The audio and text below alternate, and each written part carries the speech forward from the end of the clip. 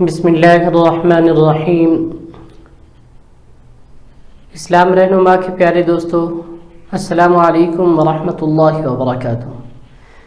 ہم امید کرتے ہیں کہ آپ خیر و عافیت سے ہوں گے، اور ہماری دعا ہے کہ اللہ رب العالمین آپ کو خیر و عافیت سے رکھے۔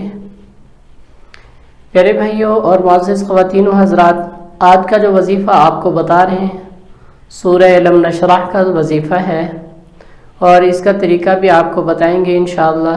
سب سے پہلے ہماری گزارش ہے کہ آپ لوگ اگر ہمارے چینل پر نئے آئے ہیں تو ہمارے چینل کو سبسکرائب کیجئے، اور ہمارا فیس بک پیج ہے اسلام رہنما کے نام سے، اور ہمارا چینل بھی اسلام رہنما ہے، ٹھیک ہے؟ تو ہمارے چینل کو آپ سبسکرائب کریں گے۔ اگر آپ کو یہ ویڈیو اچھی لگے تو تمام احباب تک آپ نے شیئر کرنا ہے تاکہ صدقہ جاریہ رہے اور ہم سب کی اسی کے ذریعے نجات ہو۔ پیارے بھائیوں اور معزز خواتین و حضرات، 11 مرتبہ درود پاک اور 41 مرتبہ سورہ علم نشرح پڑھیں گے، اور پھر 11 مرتبہ درود پاک پڑھیں گے، پھر اللہ سے التجا کریں گے۔ تو آپ جو بھی مریض ہے اس کو پانی دم کر کے پلا دیں گے، ٹھیک ہو جائے گا۔ اگر بچہ گھبراتا ہے، روتا ہے، اس کو پلا دیں گے تو ٹھیک ہو جائے گا۔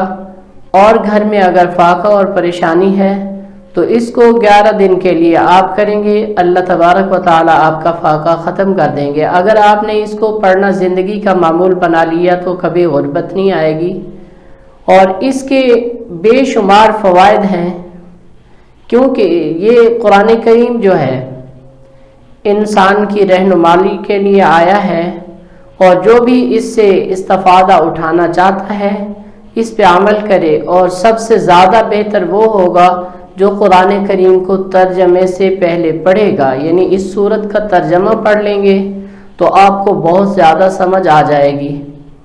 تو میں امید کرتا ہوں کہ آپ اس پر عمل کریں گے۔ اللہ تبارک و تعالی آپ کے تمام نیک مقاصد پورے فرمائیں گے، اور تمام پریشانیوں سے محفوظ فرمائیں گے، اور تمام نیک تمنائیں پوری فرمائیں گے۔ انشاءاللہ ملتے ہیں نیکسٹ ویڈیو میں نیو وظیفے کے ساتھ۔ تب تک کے لیے اجازت چاہوں گا۔ اللہ حافظ، السلام علیکم۔